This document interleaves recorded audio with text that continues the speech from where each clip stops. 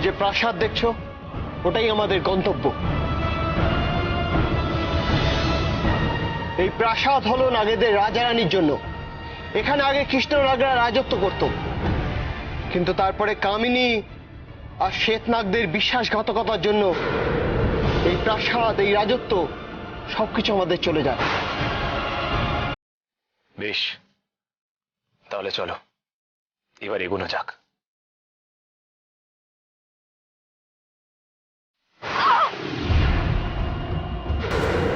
জ্যোৎস্না, জ্যোৎস্না ওঠো, তুমি ঠিক আছো?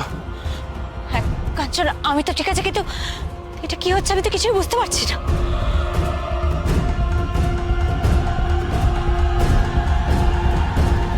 আমি বুঝতে পেরেছি, আমাদের গতিপথ আটকানো হচ্ছে। আমরা যাতে ভেতরে না প্রবেশ করতে পারি সেই জন্য এটা করা হচ্ছে।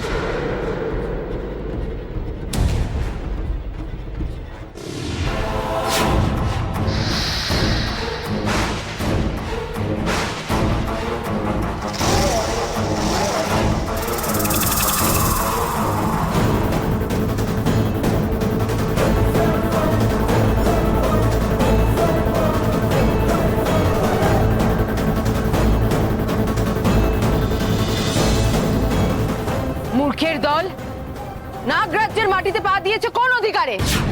অনেক কাল আগে তোমাদের সকলকে কৃষ্ণনাগেদের আমি মেরে তাড়িয়ে দিয়েছিলাম, আর আজ তোমরা এই নাগরাজ্যের মাটিতে আবার পা রেখেছো। সঙ্গে এনেছো কাকে? জ্যোৎস্নাকে? ওকে, এই নাগরাজ্যের মাটিতে পা দেওয়ার কোনো অধিকারী ওর নেই।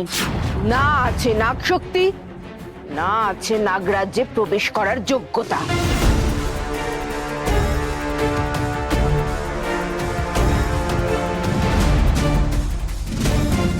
যে বিশ্বাসঘাতকতা করে, ছলনার সাহায্য নিয়ে অন্যায়ভাবে নিজের অধিকার অন্যের উপর ফলায়, তার মুখে অধিকারের কথা মানায় না। আর আমার যোগ্যতা আছে কিনা সেটা প্রয়োজনে আজ আমি প্রমাণ করে দেব।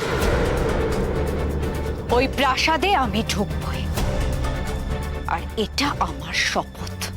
বাবা, তাই নাকি? হ্যাঁ কামিনী, তাই।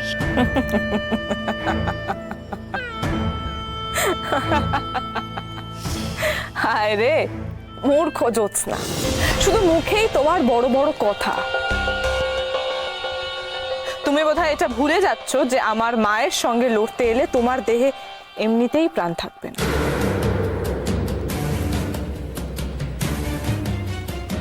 বেশ, তাহলে আজ আমিও দেখি কার প্রাণ থাকে আর কার প্রাণ চায়। রাজকুমার, প্রাসাদে ঢুকতে গেলে তো আমার সঙ্গে যুদ্ধ করতে হবে। আমার সঙ্গে যুদ্ধ করার ক্ষমতা আছে তোমার? হ্যাঁ আছে, হ্যাঁ আছে।